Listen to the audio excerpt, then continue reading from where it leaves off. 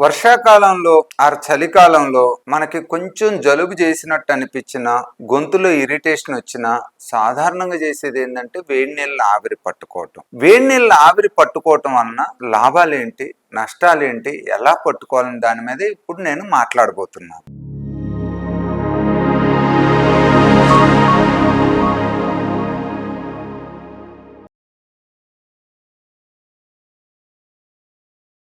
వేడి నీళ్ళ ఆవిరి మెయిన్గా ఎట్ హెల్ప్ చేస్తుంటే మనకి ముక్కుకి గొంతుకి అక్కడ ఉన్న మ్యూకస్ ప్లగ్స్ ఉంటాయి. అంటే ఈ ఇన్ఫ్లమేషన్ వచ్చినప్పుడు మ్యూకోజల్ సెక్రేషన్స్ వస్తాయి. అవి థిక్కిన్ అయ్యి ప్లగ్స్ లా ఫామ్ అయ్యి ముక్కును బ్లాక్ చేయటము, ఇన్ఫెక్షన్ వచ్చేటట్టు చేయటానికి కారణం అవుతుంది అన్నమాట. మనం ఆవిరి పట్టుకున్నట్లయితే వేడి నీళ్ళ ఆవిరి ఏం చేస్తుందంటే ఆ మ్యూకస్ ప్లగ్స్ ను కానీ ఎర్లీ స్టేజ్ లో ఉన్న మ్యూకస్ ను కానీ నీరాలు చేసి అవి బయటకు వచ్చేటట్టు చేస్తుంది. దాని వలన మనకు ముక్కులో బ్లాక్ లేకుండా ఉంటుంది, థ్రోట్ ఇరిటేషన్ లేకుండా ఉంటుంది, ఇన్ఫెక్షన్స్ వచ్చే అవకాశం కూడా తగ్గింది. అలానే మన ముక్కులో ఉన్న మ్యూకోజాని, గొంతులో ఉన్న మ్యూకోజాని సూతిని చేసి మనకి డిస్కంఫర్ట్ లేకుండా చేస్తానమాట.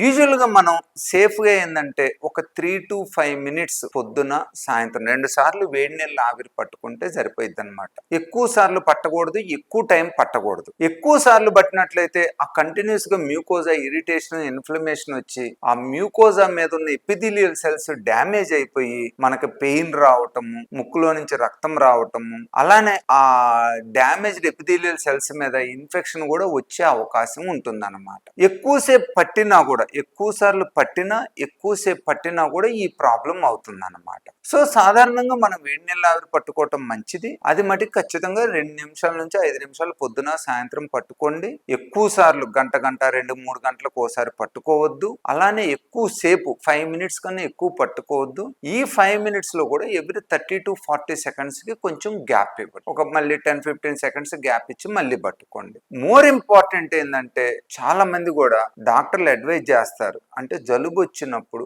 ఎస్పెషల్లీ ఆస్తమా ఉన్న పేషెంట్లో మటుకి ఆవిరి పట్టుకోవటం మంచిది కాదు. ఎందుకంటే ఈ వేడి నీళ్ళ ఆవిరి అనేది ఈ ముక్కు గొంతులో నుంచి లంగ్స్ లో పోయి ఆస్తమా ఉన్నల్లో అక్కడ ఉన్న ఎపిథీలియల్ సెల్స్ ని ఇరిటేట్ చేసి దగ్గొచ్చేటట్టు చేస్తుంది. ఒక్కోసారి సివియర్ గా బ్రాంకోస్పాజం కూడా వచ్చేటట్టు చేస్తుంది అనమాట. సో ఎస్పెషల్లీ ఆస్తమా ఉన్న వాళ్ళలో, వీజింగ్ ప్రాబ్లం ఉన్న వాళ్ళు, లంగ్ ప్రాబ్లం ఉన్న వాళ్ళు, క్రానిక్ అబ్స్ట్రక్టివ్ పల్మనరీ డిసీజ్ అంటాం, అలాంటి వాళ్ళు మటుకి ఆవిరి పట్టుకోవటం డైరెక్ట్ గా ఫేస్ కు మంచిది కాదు. స్టీమ్ బాత్ అలాంటివి చెయ్యొచ్చు, లేదా కొంచెం ఎండలో కూర్చోవచ్చు, లేదా ఏదన్నా పట్టుకోవాల్సి వచ్చినా కూడా చాలా దూరంగా డైరెక్ట్ వ్యాపర్స్ మన ముక్కులోకి గొంతులో పోకుండా పట్టుకోండి. వీలైనంత పట్టుకోకపోవటం మంచిది. అలాగే చిన్నపిల్లల్లో కూడా వేడి నీళ్ళు ఆవిరి పట్టేటప్పుడు మనం చాలా జాగ్రత్తగా ఉండాలి. ఎందుకంటే వాళ్ళు కొంచెం స్లిప్ అయిన ఫేస్ వేడి నీళ్ళలో పడి ముఖం అంతా కాలిపోయే అవకాశం ఉంటుంది. అట్లీస్ట్ మినిమం పెద్దోళ్ళైనా పిల్లలైనా 12 inches దూరంలో గనక మనం ఆవిరి పట్టుకున్నట్లయితే డైరెక్ట్ గా వేడి నుంచి వచ్చే